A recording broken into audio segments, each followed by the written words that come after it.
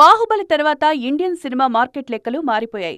అప్పటి వరకు 100 కోట్ల వసూళ్లే గగనమనుకున్న టైంలో వందల కోట్ల బడ్జెట్తో సినిమాను తెరకెక్కించే కాన్ఫిడెన్స్ ఇవ్వడంతో పాటు పాన్ ఇండియా ట్రెండ్కు గేట్స్ ఓపెన్ చేసింది. దీంతో అప్పటి వరకు నామమాత్రంగానే ఉన్న శాటిలైట్ మార్కెట్ నెంబర్స్ కూడా భారీగా పెరిగిపోయాయి. ఇండియన్ స్క్రీన్ మీద మరో బిగ్ టర్న్ కోవిడ్. కరోనా టైంలో స్మాల్ స్క్రీన్ ఎంటర్టైన్మెంట్కు ఆడియన్స్ బాగా అలవాటు పడ్డంతో థియేట్రికల్, శాటిలైట్ మార్కెట్లకు పోటీగా ఓటీటీ మార్కెట్ క్రియేట్ అయింది. ముఖ్యంగా స్మాల్ స్క్రీన్ ఎంటర్టైన్మెంట్స్ అయిన శాటిలైట్, ఓటీటీల మధ్య పోటీ వాతావరణం మొదలైంది.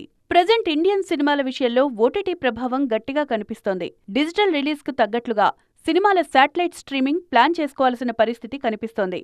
థియేట్రికల్ రన్ పూర్తయిన తర్వాత ఓటీటీ రిలీజ్ కన్నా ముందే సినిమాను టీవీల్లో ప్లే చేస్తే వ్యూయర్షిప్ బావుంటుందని భావిస్తున్నాయి టీవీ ఛానల్స్.